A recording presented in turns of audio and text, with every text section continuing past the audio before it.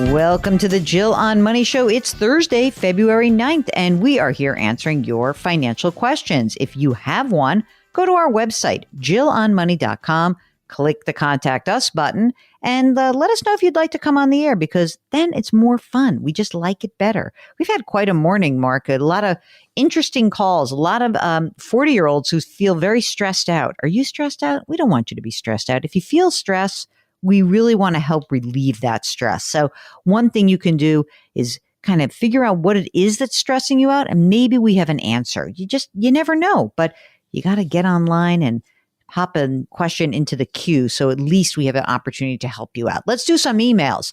This is from Alessandro, who says, I'm a big fan. I love your decisive answers guiding people through these times. My wife and I live in Florida. We're both 53 and have been talking about retiring early within the next 4 or 5 years while we still have strong health. We had planned to significantly reduce our spending by moving to the south of Spain and or Italy for 6 months of the year, staying at Airbnbs or 6-month short-term rentals and traveling through Europe as locals. And then we would buy a small 2-bedroom apartment in a 55-plus community back here in Florida to be close to the kids. Kids are currently in their 20s. They're debt-free out of school. And here are the numbers. Let's see. We are married with no other kids, just our 2, or divorces. That's a funny factoid to put in. They both work. So he makes $150,000 plus a bonus of 25 to 50. The wife is a school teacher who earns $50,000. They've got $900,000 in 401ks. Wow. Then they've got another $350,000 in Roth and traditional IRAs, $780,000 in mutual funds, $250,000 in cash. Whew. Investment apartment without a mortgage has a value of $260,000, and they take home, after all the expenses are paid, about $19,000 a year. Their primary residence, $650,000 with $200,000 mortgage. We plan to downsize by selling this and spend $300,000 of equity in that 55 plus community. Then they'd rent. Okay. They're dual citizens. So while in Europe, they could use European insurance for health benefits. It will not be more than $400 a month for the 2 of us. We would have to get U.S. health insurance while here. All right. Now, the current living expenses, $90,000 a year, would drop to closer to $60,000 under this plan. At age 62, they would get Social Security of $3,000 a month for both. For both or for each? Oh, here's an interesting extra piece of the puzzle. Expected inheritance, upwards of $800,000. And another windfall of another $500,000 after taxes. Do I still need life insurance?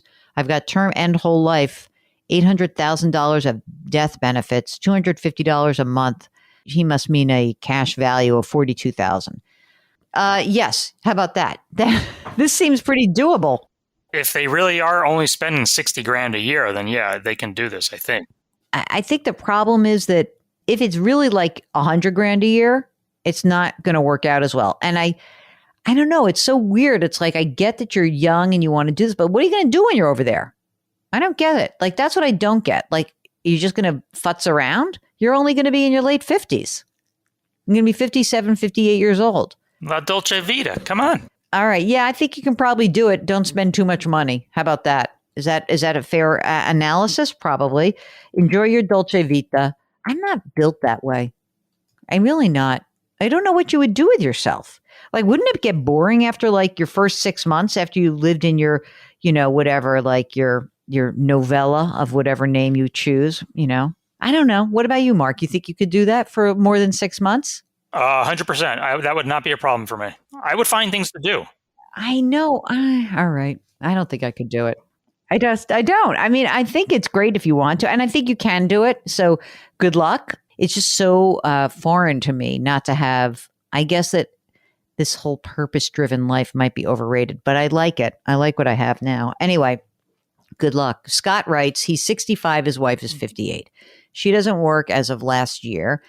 They help out her parents. He's working. He grosses about $200,000. We have $60,000 in Roths, $2 million in traditional IRA. We've got no debt. house and cars are paid off. I plan on working until I'm 67. There you go, baby. And maybe 70. This guy's talking my language. We have about $400,000 in money market and savings. Here's your questions. Number one, Scott wants to know, should we live on the cash for a year or two and sock everything into IRA and do a conversion of some while in a lower tax bracket? We have not set up an HSA. When I quit, my wife will need health insurance. I don't know if you need to live on the cash. What I would do is, while you're still working, I wouldn't do much. I don't think I would do this right now. I think once you stop working, what you can do is you can slowly start to pull money out of your retirement account, your IRA, and live on that. I wouldn't want to burn up my cash and use that to do the conversion. Do you agree with that, Mark? I agree with that. And they've got $2 million. There's no way they're going to convert all that. Yeah, so I wouldn't make myself nuts. He says, we're interested in long-term care. Everyone tells us how expensive it is. The care is, but how much? Well, listen, if you look into long-term care, you do have this, you're in a peculiar situation of having some risk. So you could look at what it would cost. I think you're going to be very unhappy when you find out the cost of long-term care policies. I really do. I don't know. Your expenses are 10 grand a month. I don't think you have a lot of worries here. I think that while you're still working, what I would be thinking about doing is building up the non-retirement money. I wouldn't be putting tons of money away into retirement. I would build up a brokerage account or, have some, you have the money market, you have the savings, but I might put some money in a brokerage account and have that available to you. But I think other than that, you seem like you're in pretty good shape. I wouldn't go crazy with Roth conversions. Even Mark is not always all Roth conversion all the time. Even he sometimes says, no, you don't need to. All right. This is funny. This is from Marty. And here's the subject. 52 years old, self-employed, retirement in cash. Oh boy. Here's the message. I've tried multiple advisors since I've been in business over the past 30 years. Everyone I find just puts my money in mutual funds and falls asleep. Most years I might have made 4%. My money definitely didn't nearly double every 10 years.